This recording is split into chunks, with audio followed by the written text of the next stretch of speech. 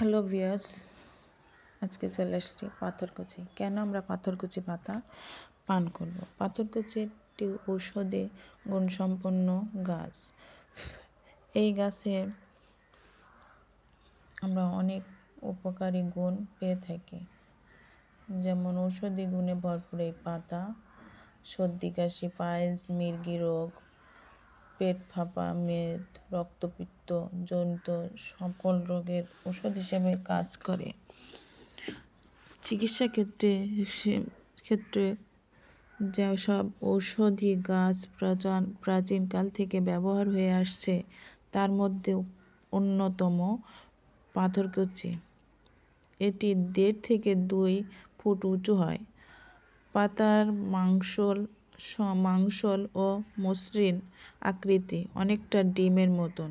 পাথরকুচি পাতার মাটিতে ফেলে রাখলেও অনায়াসে চারা পাওয়া যায়। মূত্রনালীর যে কোনো সংক্রান্ত রক্তপিত্তের, পেট ফাঁপা, শিশুদের পেট ব্যথা, মির্গি রোগদের পাথরকুচির রস খাওয়ানো হয়। মৃত পাথর সরিয়ে দিতে সক্ষম হয়। পিত্তথলির পাথর, এছাড়াও ব্রণের ক্ষেত্রে, মাংসপেশি থেকে থেতলে গেছে, বিষাক্ত পোকার কামড়, এই পাতার রস আগুনের থেকে লাগালেও উপকার পাওয়া যায়। বিজ্ঞানীদের মতে পাথরকুচির পাতা কিডনি রোগ সহ বিভিন্ন রোগে বিশেষ উপকারী হিসেবে কাজ করে। দিনে 2 থেকে 3টি পাতা যদি চিবিয়ে খাওয়া কিংবা রস করে খাওয়া যায়, কিডনি রোগীদের জন্য খুবই উপকারী। পাথরকুচির পেট ফাঁপার সময় অনেক সময় দেখা যায় পেট ফুলে গেছে, প্রস্রাব আটকে আছে, অবৈধ বায়ু সরছে না। সেই ক্ষেত্রে একটু চিনির সাথে 1 বা 2 চা চামচ পাথরকুচির পাতার রস গরম করে কাপ পানি মিশিয়ে খেলে পেটের ফাঁপা অনেকটা দূর হয়। সর্দি, পুরাতন সর্দি, এই পাতা থেকেই গাছ হয়, স্যাঁতসেঁতে জায়গায় হয়। দেখতে পাচ্ছেন, পাতা ভিজিয়ে রাখলে, পাতা বোর মধ্যে রাখলে অনেক সময় গাছ হয়।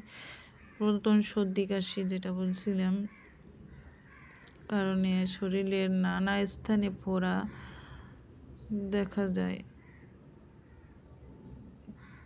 তখন যদি এই পাতা খাওয়া হয়, এখন উপকৃত হওয়া যাবে। রক্তপিণ্ডজনিত ব্যথা, রক্তক্ষরণ হলে 2 বেলায় 1 চা চামচ পাথরকুচি পাতার রস 2 দিন খেলে সেরে যাবে ইনশাল্লাহ। মির্গি রোগ, মির্গি কিন্তু খুবই খারাপ একটা রোগ। মির্গি রোগাক্রান্ত সময়ে পাথরকুচির পাতা প্রাথমিকভাবে 2 থেকে 10 ফোঁটা রসের করে যদি মুখে দিতে পারেন, একটু পেতে গেলেই এর উপশম পেতে পারেন। পুরাতন সর্দির ক্ষেত্রে বিশেষ উপকারী পাথরকুচির পাতা। সর্দি কাশি, তারপর বাচ্চাদের পেটে ব্যথা করে, অনেক সময় বাচ্চারা বলতে পারে না, যদি পাথরকুচি পাতা রস করে পেটে মালিশ করা যায়, সেক্ষেত্রে অনেক উপকার পেতে পারে পেটে ব্যথা থেকে। পাইলস, পাথরকুচি পাতার রসের সাথে গোলমরিচ মিশিয়ে পান করলে পাইলস বা অশ্বরোগও দূর হয়। আসসালামু আলাইকুম, আল্লাহ হাফেজ।